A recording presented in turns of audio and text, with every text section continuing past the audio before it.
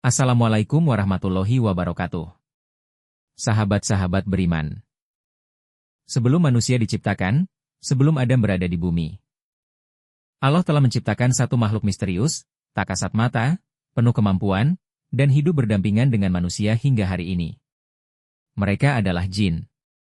Dan di antara mereka, ada satu makhluk yang amat taat, rajin beribadah, bahkan pernah tinggal bersama para malaikat di langit. Namanya adalah Azazil. Inilah kisah lengkap tentang penciptaan jin, siapa Azazil, dan bagaimana ia terjatuh menjadi iblis, musuh manusia yang nyata.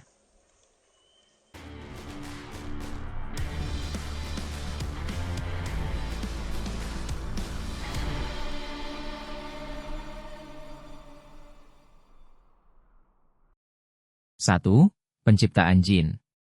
Allah berfirman dalam Quran Surat Al-Hijr ayat 27, dan kami telah menciptakan jin sebelum manusia dari api yang sangat panas. Jin diciptakan jauh sebelum Nabi Adam. Mereka diciptakan dari marijin minar, campuran api yang menyala-nyala.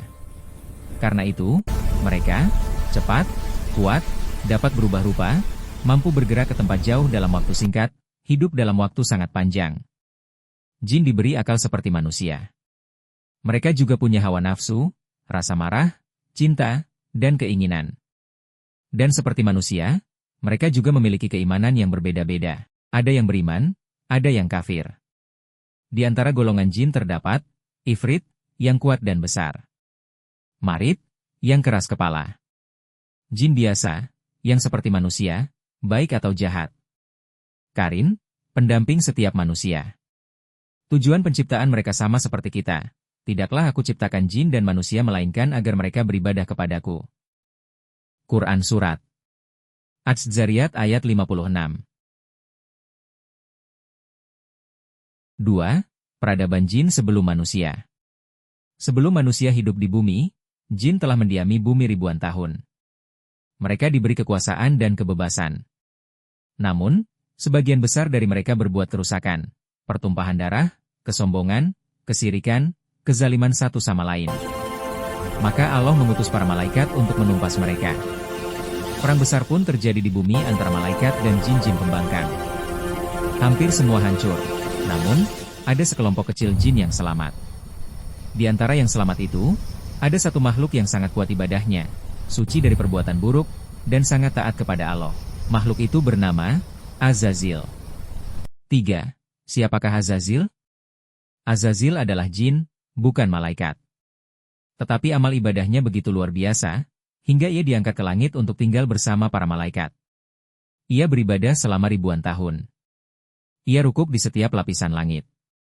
Ia sujud di setiap sudut bumi. Ia dikenal sebagai makhluk paling tekun menyebut nama Allah. Para malaikat menghormatinya. Ia dipandang sebagai teladan dalam ketaatan. Namun, Azazil punya satu sifat yang ia sembunyikan, ambisi dan kebanggaan terhadap dirinya sendiri. Dalam hatinya, ia mulai merasa lebih mulia daripada jin lainnya. Ia merasa amalnya paling banyak. Sifat inilah yang menjadi awal kejatuhannya. 4.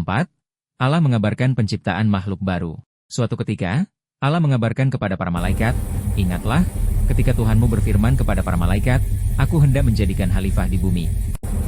Mereka berkata, apakah engkau hendak menjadikan orang yang merusak dan menumpahkan darah di sana, sedangkan kami bertasbih memuji Mu dan menyucikan nama Mu? Dia berfirman, sesungguhnya aku mengetahui apa yang tidak kamu ketahui.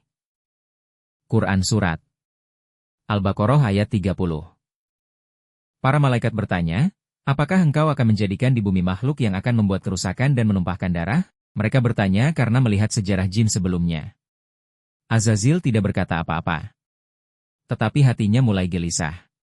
Ia tahu ia dulu berasal dari kaum yang membuat kerusakan, namun ia merasa dirinya lebih pantas menjadi khalifah daripada makhluk baru itu. Ia mulai merasa iri dan sombong. 5. Penciptaan Nabi Adam.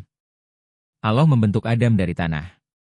Tanah itu dikumpulkan dari berbagai bagian bumi, pegunungan, lembah, berwarna hitam, putih, merah, dan coklat. Allah meniupkan ruh ke dalam tubuh Adam. Saat Adam hidup, ia membuka mata untuk pertama kalinya, melihat cahaya langit, dan belajar mengenal dunia. Allah mengajarkan Adam ilmu yang tidak dimiliki malaikat, nama-nama benda, makhluk, dan rahasia alam. Para malaikat kagum. Azazil mulai merasa kalah. Ia tidak menyangka makhluk dari tanah bisa diberi ilmu sebesar itu. Lalu datanglah perintah Allah kepada seluruh penghuni langit, sujudlah kalian kepada Adam. Sujudnya bukan penyembahan, melainkan bentuk penghormatan terhadap makhluk yang Allah muliakan. 6. Penolakan Azazil. Seluruh malaikat sujud, kecuali satu makhluk. Azazil berdiri tegak, tidak bergerak sedikit pun.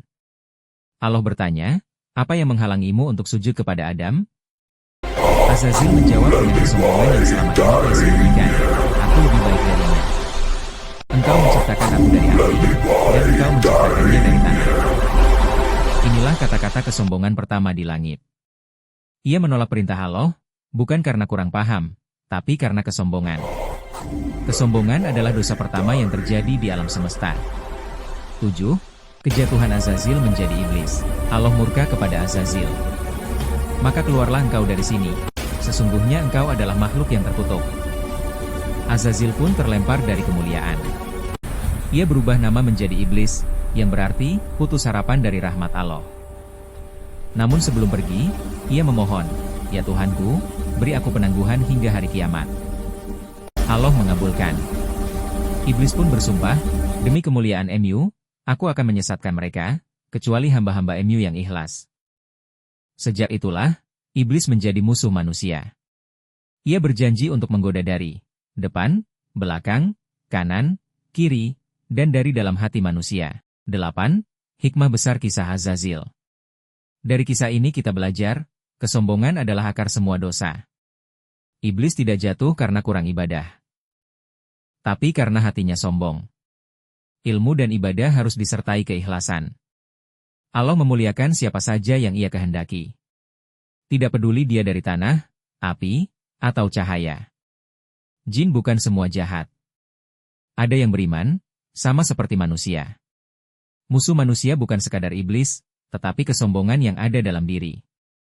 Sahabat-sahabat beriman, kisah Azazil adalah kisah tentang hati. Tentang bagaimana ibadah ribuan tahun tidak berguna ketika hati dipenuhi kesombongan. Semoga Allah menjaga hati kita, menjauhkan kita dari sifat takabur, dan menjadikan kita hamba-hamba yang ikhlas. Dan di zaman akhir ini mari kita tingkatkan iman, ilmu dan amal kita.